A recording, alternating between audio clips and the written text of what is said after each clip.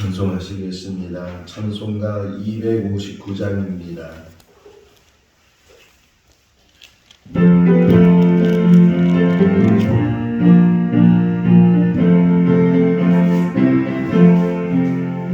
예수 십자가에 힘들고서 그대는 신기어 있는가?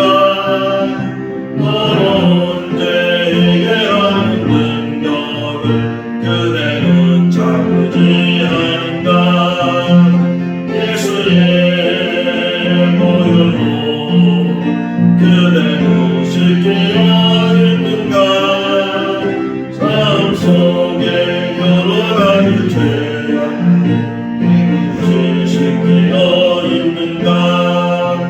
주 예수와 만나서 늘 함께 그대는 행동을 하는가? 아무 때나 어디서나 그대는 십자가를 들고 있는가?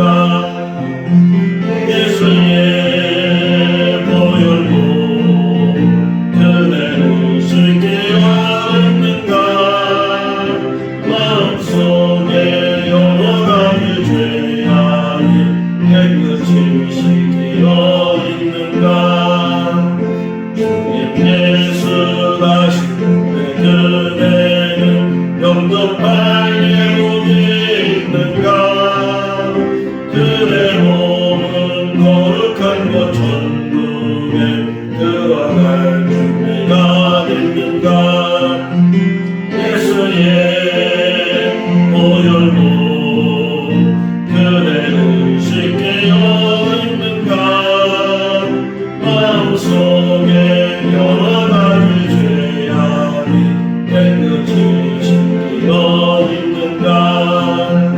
모든 죄에 떨어진 내 몸을 주 앞에 지금 넘어서서 생물같이 솟아나는 보혈로 눈보라 돌리게 씻으라. 예수의 보혈로 그대는 신기어 있는가? 마음속에 여러 가지 죄악이 깨끗이 신기어 있는가? 히브리서 9장 16절에서 28절 말씀까지입니다. 히브리서 9장 16절에서 28절 말씀. 유언한 자가 죽어야 되나니 유언은 그 사람이 죽은 후에야 유효하니 유언한 자가 살아있는 동안에는 효력이 없느니라. 이러므로 첫 언약도 피 없이 세운 것이 아니니 모세가 율법대로 모든 계명을 온 백성에게 말하되 송아지와 염소의 피 및 물과 붉은 양털과 우슬초를 취하여 그 두루마리와 온 백성에게 뿌리며 이르되 이는 하나님이 너희에게 명하신 언약의 피라 하고 또 하나님과 같이 피를 장막과 섬기는 일에 쓰는 모든 그릇에 뿌리느니라. 율법을 따라 거의 모든 물건이 피로써 정결하게 되나니 피 흘림이 없은즉 사함이 없느니라.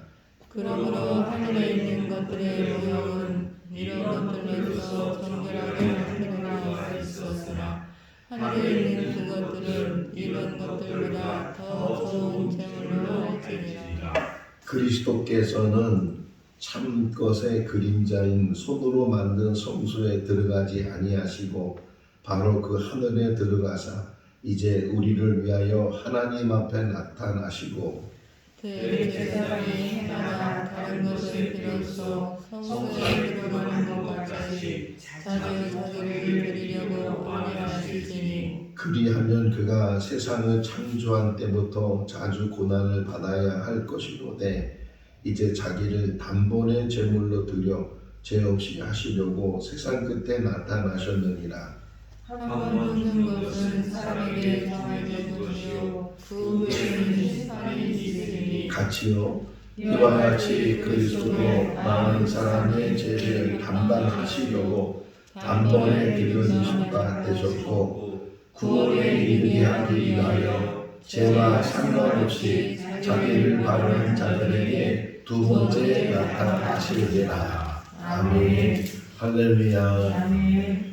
형제들 간에 흩어져 살다가 이제 1년에 한 두 번 정도 함께 모이게 되는데 설날 때 또는 추석 때, 명절 때 흩어져 있는 뭐 부산에 사는 아들, 서울에 사는 아들, 뭐 대전에 사는 아들 이렇게 뿔뿔이 흩어져 살던 자녀들이 또 형제들이 또 명절이 돼서 만나게 되는데 그 명절 때 만나가지고서 이제 뭐 대부분 뭐 술을 먹는다든가 이래서 또 형제들 간에 싸우는 일들도 많이 있고 심지어는 칼부림이나 이런 일들이 형제들 간에 일어나는 일들을 가끔 우리가 뉴스를 통해서 보게 되는데 그 형제들 간에 싸우고 심지어는 칼부림을 하고 하는 그 이유의 대부분은 유산 때문에 부모님이 물려준 유산을 지금이야 모든 뭐 남자든 여자든 자녀들에게 똑같이 이제 나눠줘야 되는데 옛날에는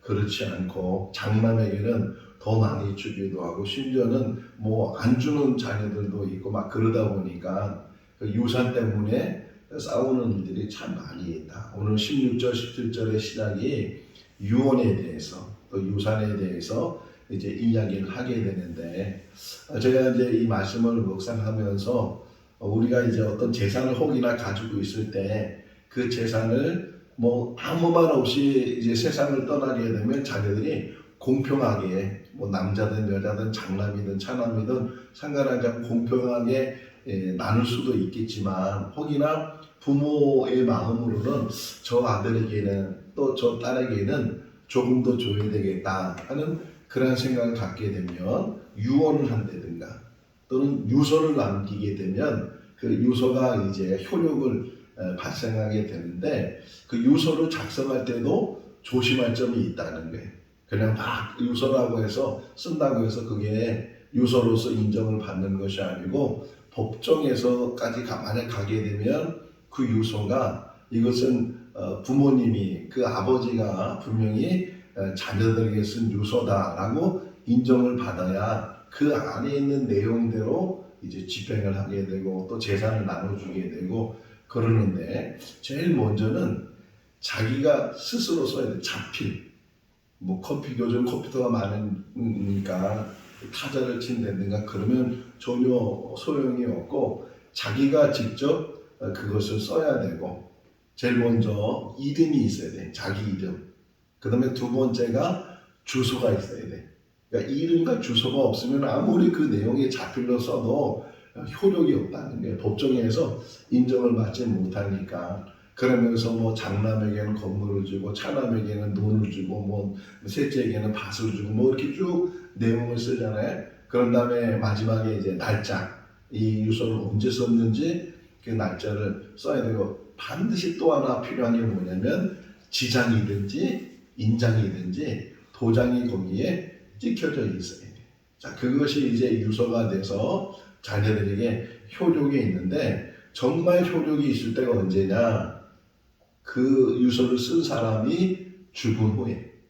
그러니까 죽기 전에는 아무리 유서를 써놔도 유서로서의 효력이 없는데 죽은 다음에 이제 그것이 효력이 발생을 해서 그래서 그대로 내용대로 이제 집행을 하고 나눠주기도 하고 그러면 된다는 거예요. 유서 쓰는 것도 참 어떻게 보면 어려운 부분인데 지금 16절, 17절은 15절로 가서 이렇게 연결되어 있어요. 15절에 가서 예수님이 어떤 분이셨는가, 어떤 일을 하셨는가, 그 15절을 다시 한번 읽어볼까요?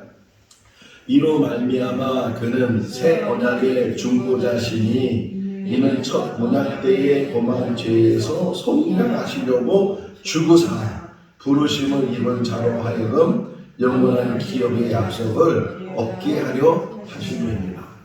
죽으사, 그러니까 예수 그리스도가 이 땅에 오셔서 십자가에서 죽으셨다. 이 죽었다는 게 중요해요. 이 초대교회에 있었던 이단 중에 하나가 영주주의라고 해서 예수님의 육신은 진정한 인간이 가지고 있는 욕심이 아니고 그냥 눈에 보이는 가연적인 거다 이렇게 이야기를 하는 그런 이단도 있었는데, 예수님은 물론 하나님이신데 그 하나님이 사람이 됐어. 그래서 찬송가에 나오잖아요. 참 하나님과 참 사람이신 예수 그리스도라고 표현하고 있는 것처럼 이 땅에 오셔서 이 땅에 사시는 동안에는 그냥 가연적인 모습이 아니고 사람의 모습으로, 사람으로 이 땅에 사셨어요. 그래서 어제 우리 성경 공부하면서도 그 내용 중에 예수님이 피곤하셔서 사마리아 지역을 지나가다 수고하는 곳에서 피곤하셔서 우물가에 앉아 있었고, 제자들은 이제 음식을 사러 동네로 들어가는 그런 이야기를 본 것처럼, 또는 배를 타고 가시는데 얼마나 피곤한지 그렇게 풍랑이 일어도 그 배의 머리 앞에, 고물 앞에서 주무시는 그런 예수님을 우리가 볼 수 있었던 것처럼, 예수님은 이 땅에 산다는 동안 사람으로, 온전한 사람으로 사셨는데 그분이 십자가에서 죽으셨다. 확인했잖아요. 군인이 죽었나 안 죽었나 확인해서 다리를 꺾으려고 했는데 죽어 있으니까 창으로 옆구리를 찔러서 확인을 하는 그런 일도 있었고, 자, 아리마대 요셉이라는 사람이 이제 예수님의 시신을 빌라도에게 가서 달라고 해서 니고데모와 더불어서 예수님을 장사 지냈어요. 수고를 덮고 세마포를 싸서, 그래서 자기가 쓰려고 했던 무덤, 새 무덤에 예수님을 장사 지내는, 그러니까 예수님은 완전히 죽으셨어요. 그냥 잠깐 죽었다가 잠깐 기절했다가 깨어나는 것이 아니고 온전히 이 땅에서 죽으셨다. 이게 죽었다는 중요하다는 거예요. 그래서 16절 17절이 유언은 그 유언한 사람이 죽어야 된다. 그 유언은 죽은 사람이 죽지 않으면 그것이 효력이 발생되지 아니하는데, 죽음으로 인해서 그 유언에 있는 내용, 그래서 그 15절 끝부분에 보게 되면 영원한 기업이 약속돼 있다. 상속된다고 이야기하는 그것이 이루어지게 된다. 예수님의 죽음을 통해서, 그래서 로마서는 이렇게 설명해요. 죽음이 죽음을 이기는 거예요. 그러니까 예수 그리스도의 죽음을 통해서 인간이 가지고 있는 죽음의 문제가 해결됐다. 사망아 너의 쏘는 것이 어디 있느냐 이렇게 바울이 외쳤던 것처럼, 예수 그리스도의 죽음은 한 사람의 죽음으로 끝나는 것이 아니고 그분의 죽음을 통해서 인류의 모든 죽음의 문제를 해결하셨다. 희망의 신학자라고 하는 몰트만이라는 사람이 쓴 책 중에 제목이 지금도 기억이 나는데, 십자가에 달리신 하나님, 신학적인 책이기 때문에 그 내용은 좀 어려워요. 어려운데 그럼에도 불구하고 십자가에 달리신 분이 누구라고요? 하나님이. 그러니까 하나님이 사람이 돼서, 이게 얼마나 대단한 기적이에요. 세상을 창조된 것도 놀라운 기적이지만 더 큰 기적은 하나님이 사람이 됐다는 거예요. 그 사람이 되신 이유가 뭐냐? 나중에 이제 계속 이 제사 문제로 설명이 되는데, 이 제물이 흠이 없어야 돼요. 흠이 없는 제물을 가지고 와서 속죄제를 드려야 된다. 그래서 여기 보면 이 히브리서에서 설명하기를 죄 없으신, 맨 마지막으로 28절 읽었잖아요. 한번 읽어볼까요? 이와 같이 그리스도도 많은 사람의 죄를 담당하시려고 단번에 그리신 바 되셨고, 구원에 이르게 하기 위하여 죄와 상관없이 자기를 바르는 자들에게 두 번째 나타나셨느니라. 그분은 죄와 상관이 없으신 분이에요. 그분이 누구예요? 하나님이시라는 게. 하나님은 죄와 상관이 없으신 분이잖아요. 근데 그분이 인간이 가지고 있는 죄의 문제를 해결하기 위해서, 그러니까 하나님의 구원의 방법이 그거였다는 거예요. 자기를 희생함으로 인해서, 우리가 잘 알고 있는 요한복음 3장 16절에 하나님이 세상을 이처럼 사랑하사 뭐라고요? 독생자를 주셨어요. 이 독생자의 의미는 하나님이 하나님을 주셔서, 그래서 그를 믿는 자마다 멸망치 않고 영생을 얻게 하려 하신다, 이렇게 말씀하고 있는 것처럼, 예수 그리스도의 십자가, 그러니까 교회가 또는 믿는 사람들이 가장 중요하게 바라봐야 되는 게 십자가예요. 장식용이 아니에요. 교회 표시를 하기 위해서 십자가를 달고 그런 의미가 아니고, 이 십자가에 달리신 예수 그리스도를 통해서만이 우리의 이 죄의 문제와 죽음의 문제가 해결이 되고, 그래서 죄와 죽음의 문제가 해결돼서야만이 하나님과의 관계가 올바로 연결이 돼서, 그래서 하나님과 더불어 영원한 삶을 우리가 살게 된다. 질문했던 것처럼 새벽에도 질문했잖아요. 천국엔 죄가 있느냐 없느냐 이렇게 물었을 때 없어요. 왜 없어요? 예수 그리스도가 모든 죄의 문제를 해결하셨기 때문에 그 예수의 보혈을 통해서 들어간 사람들은, 그래서 제가 어제 밤에도 요한계시록을 계속 읽었거든요. 계속 읽으면서 새로운 느낌이 있더라고요. 새로운 느낌이 있는데, 주님의 피로 인해서 빠른 세탁된 그런 옷을 입어요. 주님의 피로 세탁된 옷을 입는데 피는 붉잖아요. 그런데 그 옷은 흰 옷이에요. 그러니까 주님의 보혈로 씻음 받은 사람, 주님의 보혈로 이 예복을 입은 사람, 오늘도 그 얘기 있잖아요. 죄의 예복을 다 벗어버리고 주님의 보혈로 새로운 예복을 우리가 입게 되는데, 주님의 오직 그러니까 보혈이 아니면, 주님의 십자가의 그 은혜를 깨닫지 않으면 하나님 나라에 들어갈 수 없다. 어떤 행위를 해도, 선행을 하든지 고행을 하든지 참선을 하든지 자기가 스스로 구원받기 위해서 노력하는 것, 그거는 하나도 상관이 없고 하나도 그 구원에 대해서 들어갈 수가 없다는 거예요. 오직 우리가 예수 그리스도를 구주로 믿는 그 믿음 안에서, 이제 그것을 설명해 주는 게 구약시대의 모세를 통해서 만드는 성막과 성막에서 이루어지는 그 제사 문제, 이 제사를 통해서 우리가 이 구약시대에 있었던 속죄제의 그 제사는, 물론 하나님이, 누가 죄를 사해 주는 거예요?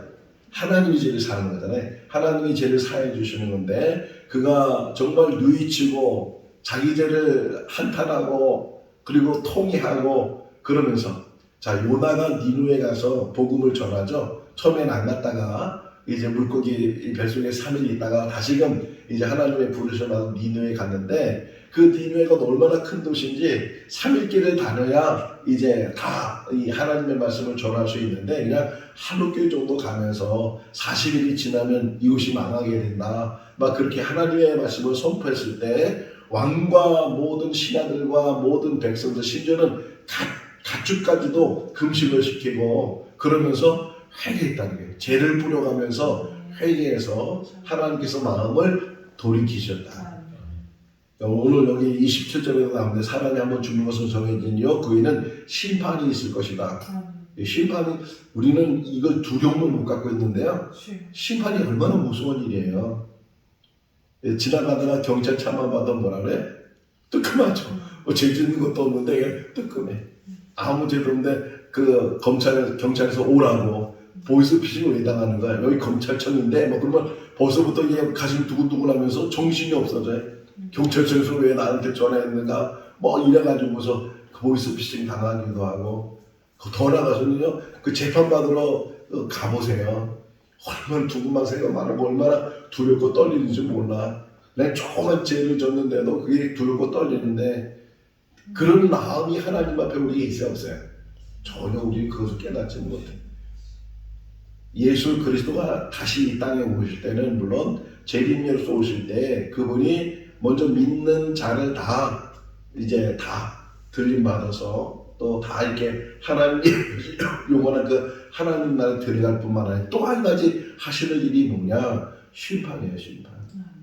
그래서 요한계시록 20장에 보게 되면, 제가 청년 때 늘 들었던 게 백보자 심판, 이런 말을 많이 들었거든요. 근데 오늘 우리가 개정 성경을 알는데 그 요한복음 20장 16절 말씀을 보게 되면 흰 보좌라는 말이에요. 흰 보좌에서 이제 심판을 받게 되는데, 어쨌든 이 심판이 얼마나 무서워. 이 심판의 중심이 뭐예요? 죄 문제거든요. 근데 우리는 벌써 주님의 보혈을 통해서 죄의 문제가 해결됐기 때문에, 그러니까 내가 어떤 행위를 가지고 내 죄의 문제를 해결하는 것이 아니고, 오직 우리는 정말 부끄러운 사람이고 아무 능력이 없는 사람이고 아무 공로가 없는 사람이고 아무것도 자랑할 것 내세울 것 없는 사람이지만, 그럼에도 불구하고 십자가 붙은 사람, 주님의 보혈을 믿고 그 보혈을 통해서 씻음 받은 사람, 이 거듭나는 거예요. 씻음 받은 사람. 그래서 하나님 앞에 서게 되면 그 모든 죄가 놀라운 역사를 이루셨는데 동반시켜 주셔요. 그러니까 죄가 없어서 천국 들어간 것이 아니고 죄가 많은데도 불구하고 천국에 드는 거예요. 누가복음 23장 말씀에 보게 되면 강도 이야기 나오잖아요.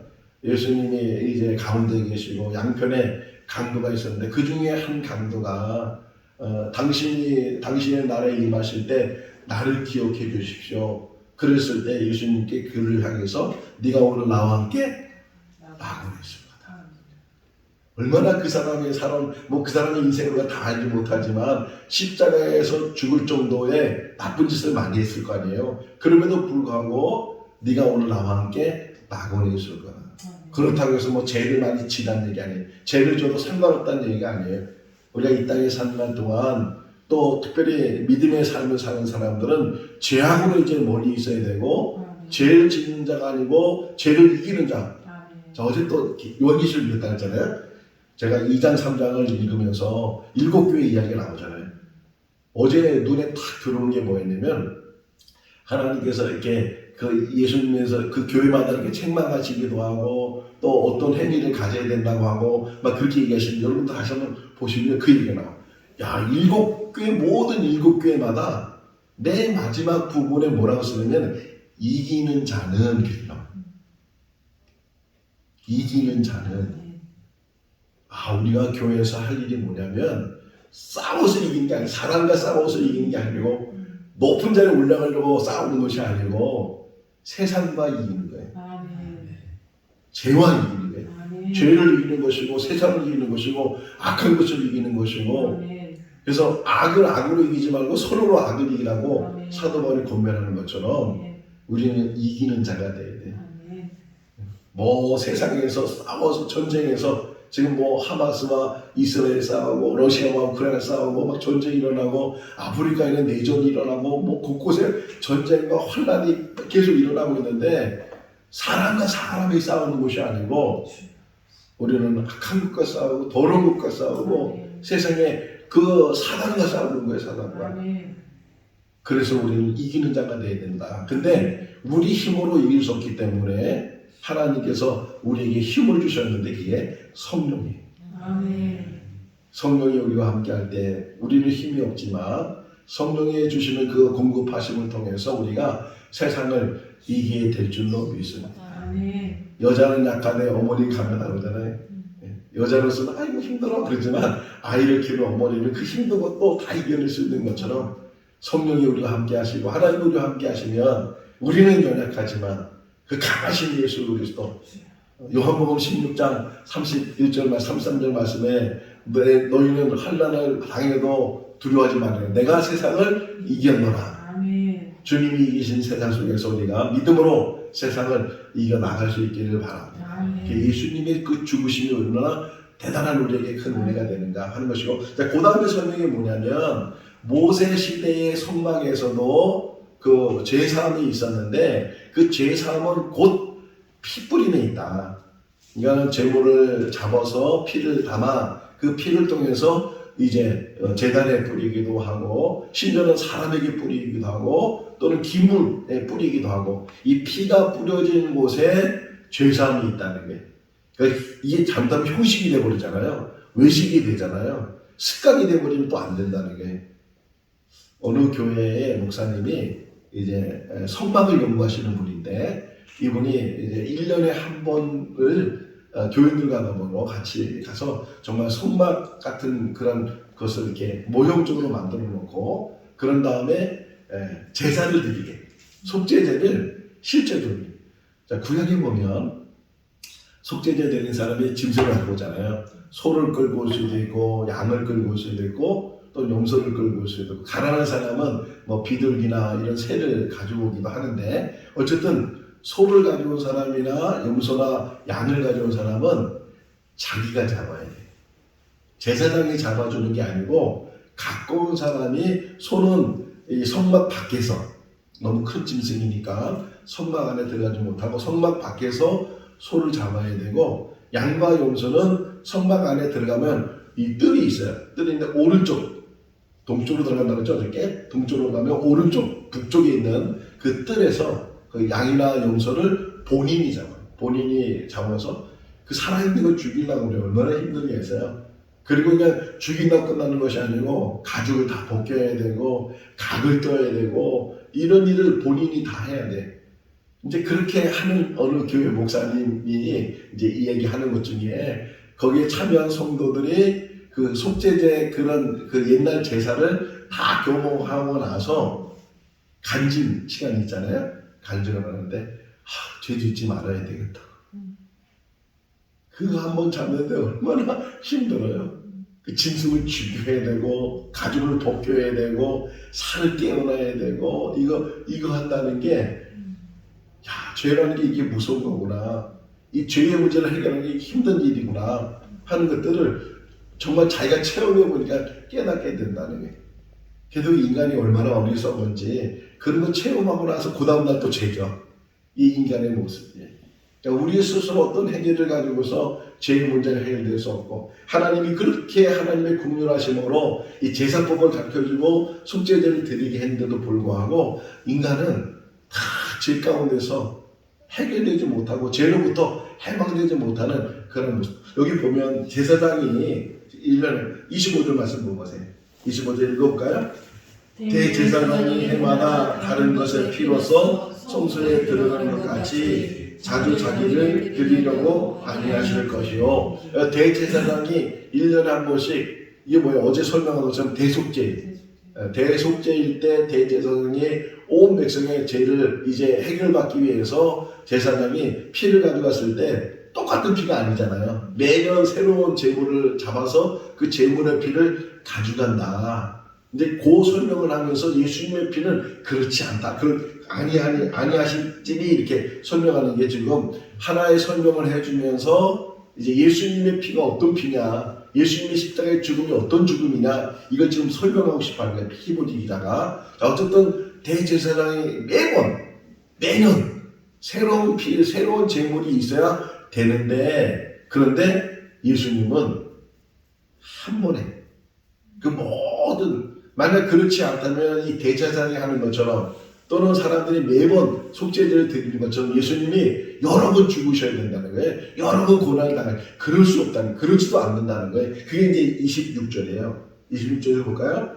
그리하면 그가 세상을 창조한 때부터 자주 고난을 받아야 할 것이로되 이제 자기를 단번에 제물로 드려 죄를 없이 하시려고 세상 끝에 나타나셨느니라. 할렐루야.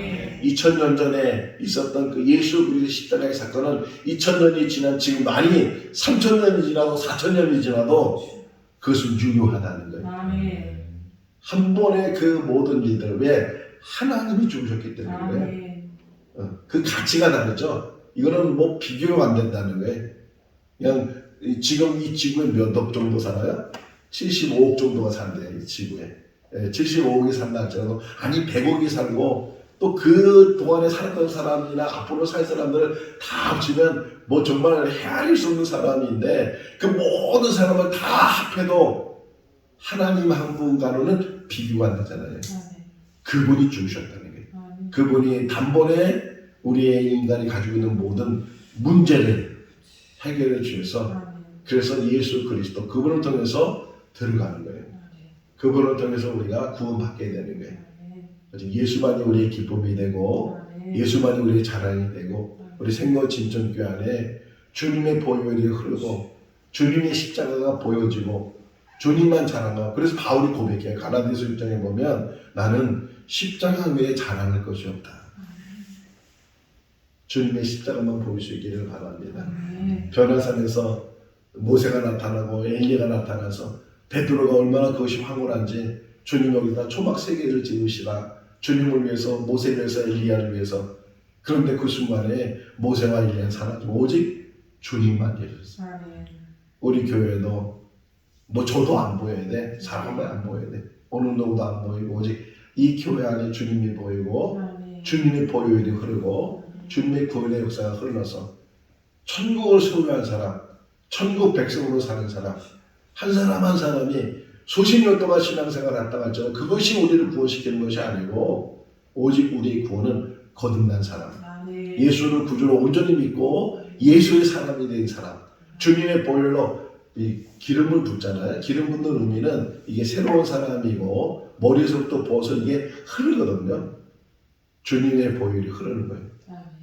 오늘도 주님의 보혈이 우리 가운데 흘러서 우리 더럽고 추악한 것, 부끄러운 것, 이런 모든 것들이 씻어지고 감사하면서 감격하면서 오직 십자가 바라보면서 한 걸음 한 걸음 주님과 동행하면서 하나님 앞에 나가는 우리들이 될 수 있기를 바랍니다. 27절 다시 한번 보시면요. 죽는 것은 사람에게 정해진 일이요. 그 후에는 뭐가 있다고요?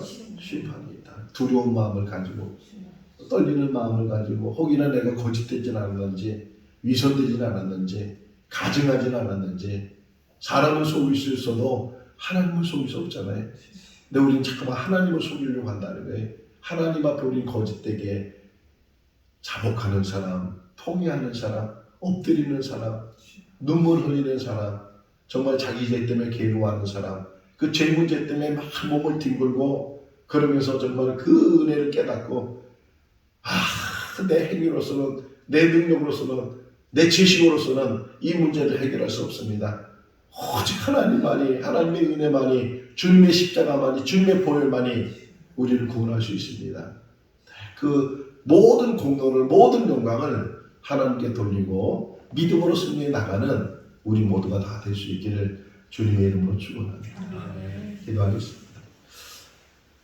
생명의 주인이 되시는 하나님 아버지, 오늘까지도 저희들 불쌍히 여겨주시고 긍휼을 베풀어 주시고 또 자비를 베풀어 주셔서 생명 주신 것 감사합니다. 이 땅에 살면서 왜 사는지, 무엇을 위해 사는지, 또 어디로 가야 되는지를 깨닫는 지혜를 도하여 주시옵소서. 어리석게 세상만 바라보고 세상 것 취하다가 우리 인생을 끝나는 것이 아니고 천국 바라보게 하시고 하나님 바라보게 하시고 또 이 땅에서 우리에게 주어진 일들을 감당할 수 있도록 은혜로 돌입혀 주시옵소서. 참 그리스도인이 되기를 원합니다. 거듭난 사람이 되기를 원합니다. 십자가 붙드는 사람이 되기를 원합니다. 주님의 보혈이 우리의 모든 죄와 우리의 모든 죽음의 문제까지도 다 씻겨지고 해결되기를 원합니다. 오 하나님 아버지, 우리를 불쌍히 여겨 주시옵소서. 죄로부터 해방되게 하시고 불의로부터 해방되게 하시고 악으로부터 해방되게 하여 주시옵소서. 생로진천교회가 생명이 있는 교회가 되게 하시고 천국이 있는 교회가 되게 하시고 거듭남의 역사가 일어나는 교회가 되게 하여 주시옵소서. 사랑의 공동체를 이루게 하시고 초대교회의 모습으로 회복되게 하여 주시옵소서. 서로 사랑하게 하시고 서로 격려하게 하시고 서로 도와주고 서로 섬겨주고 서로 자랑하고 서로 기쁨을 나누는 아름다운 공동체가 되게 하여 주시옵소서. 또 주 안에서 복된 하루의 삶이 되게 하여 주시기를 간절히 바라오고 예수 그리스도 이름으로 기도하옵나이다. 아멘. 마쳤습니다. 자유롭게 기도하시기 바랍니다.